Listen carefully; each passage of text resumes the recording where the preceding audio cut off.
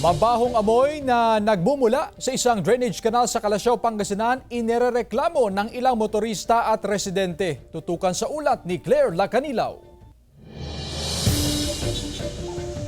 Hindi maiwasan ng 64 anyos na si Leticia Abalos. Natakpan ang kanyang ilong tuwing dadaan sa bahagi ng intersection sa Barangay San Miguel, Calasiao, Pangasinan. Kung minsan, tumatawid na siya sa kabilang kalsada upang hindi malanghap ang mabahong amoy na nagmumula sa drainage canal. Pag pumunta ko sa kabila, napapansin ko ito laging basa dito, baha, mabaho. Magkakakuha ka ng sakit pagka nalalanghap mo yung mabaho. Apektado rin ang pamamasada ng jeepney driver na si Salvador Mendoza tuwing dadaan siya sa bahagi ng intersection. Mabaho po, super baho. Pag dumadaan kami, palaging naamoy namin po.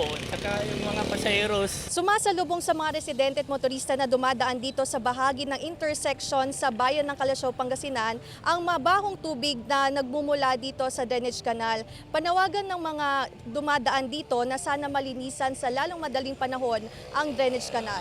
Ayon sa Municipal Engineering Office, nagsagawa na sila ng inspeksyon sa lugar at inirekomenda na subject for reconstruction ng drainage. Maaring may nakabara ng mga basura sa drainage system. Nakikipag-ugnayan na sila sa tanggapan ng DPWH para sa evaluation. Follow up na lang namin, re-inspect namin this coming days, tapos mag-follow up na lang kami kay DPWH kung anong best recommendation, kung anong gagawin. Siguro new construction na lang din. Baka hindi na dumadalo yung sa main drainage na, ma'am. Kasama si Jing Dakanay, Claire Lacanilaw, 1 North Central Luzon.